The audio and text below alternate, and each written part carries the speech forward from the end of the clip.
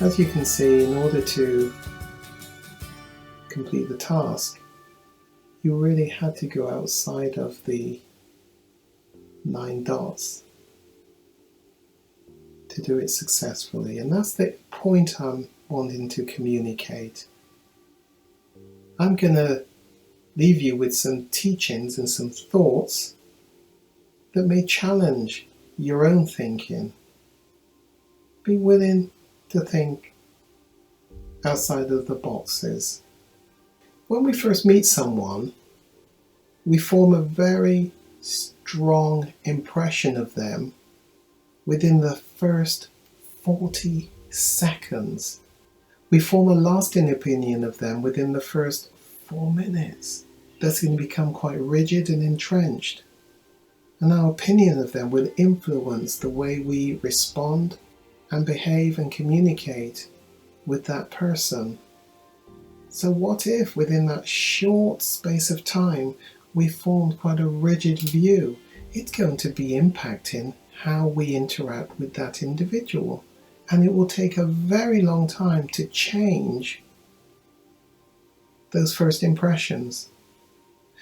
What is that saying? We're making very quick assumptions which form our behaviours very quickly. It's rather unfair, isn't it, to the person concerned?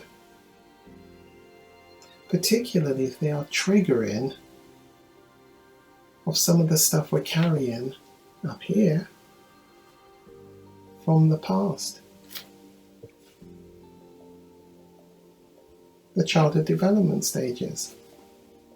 55 to 70% of what we communicate is actually what we are taking in through our eyes rather than what we are speaking.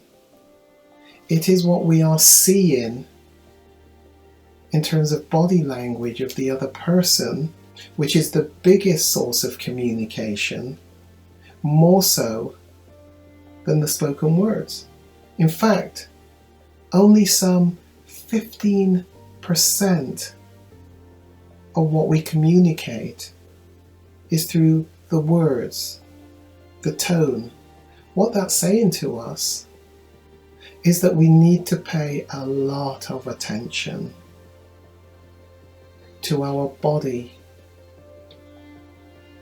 dynamics and what our body is giving off. The truth is, our body is often giving off the truth of what's going on inside of us if we're willing to pay attention to it, and certainly if other people are paying attention to it, they're likely picking up more of the truth of what's going on for us than what we're actually saying. I often say we can be very British, very English in our responses, in our communication. How are you doing today? I'm fine, thank you. Which is a total contradiction when we've got a migraine, we're on ibuprofen, paracetamol every 4 hours, and we're actually in a lot of pain. But we weigh up who it is that has asked us, and we don't want to inconvenience people, so of course the lovely British answer is, I'm fine, thank you. So we can train our brain to say the right thing in the right situation, but actually our body is contradicting what really is going on. Often our body gives us away and contradicts the words that are coming out of our mouth.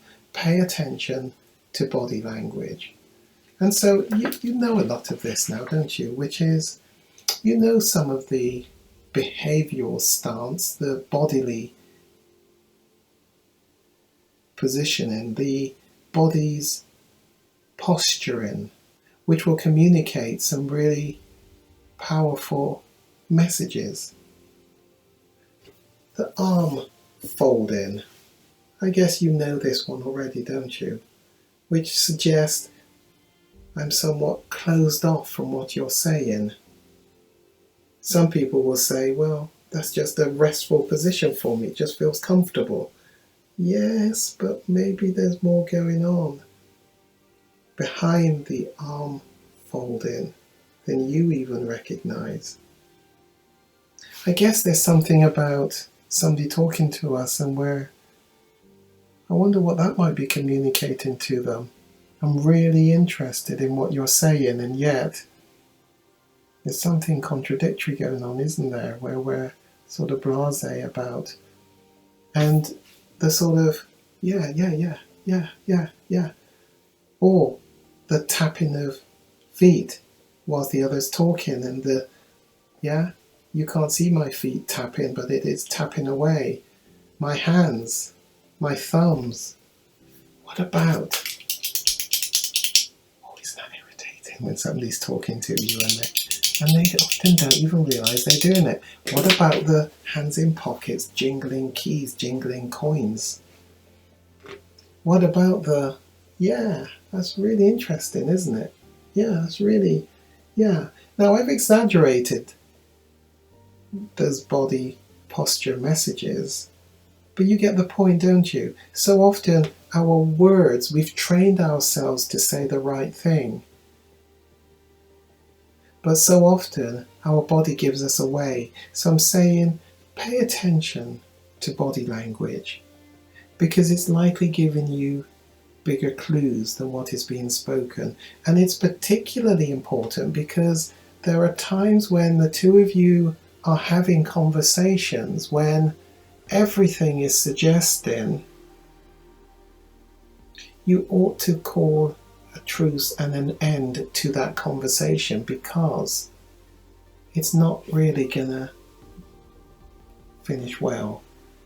Something has happened that has shifted the conversation, and you both know how it's gonna go, and you need to learn to agree to bring an end to the conversation at this point.